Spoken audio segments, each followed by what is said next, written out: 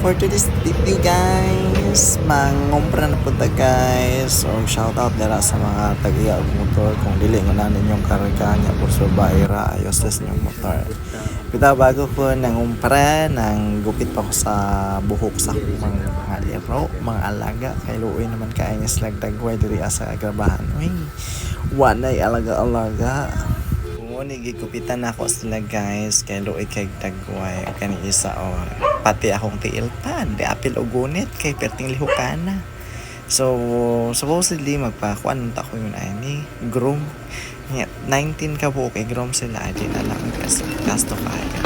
So guys, naabot na rin ko diri sa Philcris. So sa Philcris ko nag-grocery kay medyo barato sila kamay compare sa upahan. So muna nagbilan ako guys. So muna ako ang kumpra worth of 7,000 lang ako ang grocery sa karon gamay-gamay pa man kay mga tao dali sa grabahan. So mao pa na akong grocery o mao na guys.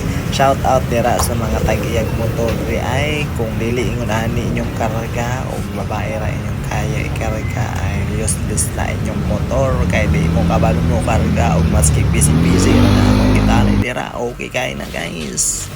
O gira guys, nang-arrange na dahil ko, kinaabot naman ko syempre, naabot ako dali sa boarding house guys, o gikapoy ko ana guys, o arrange kaya na kat ang bayot dahil, kat kay watay laing na so dali sa boarding house guys, kaya na gipang arrange ang gatas, kay may na lang, mahalinan ta diri bahala ginagmay, o kaya na guys, likod pa lang daan, yummy na kaayo, charis lang bitaw wala lingaw. So atong ipang arrange atong mga item para gapo og indot tan-awon sa mga customer og unta dako tagaling kay ako nga gasto karong adlaw is almost 12,000 dala ang akong mga ilinon.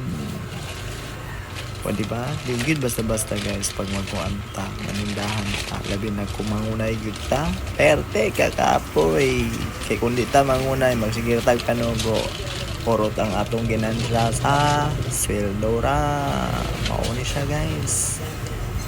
siya guys kay gigaboy ng kadaring labita o gigudom na punta ay mga onday ta gulay balbante which is ginataan wala tayo mabuhat ani kay kung tayo maluto dere wala po gasol ano siya daon na lang taan tapos lumpia ano lang dinaghan man siya ka na kuan gulay lang bitanya tubig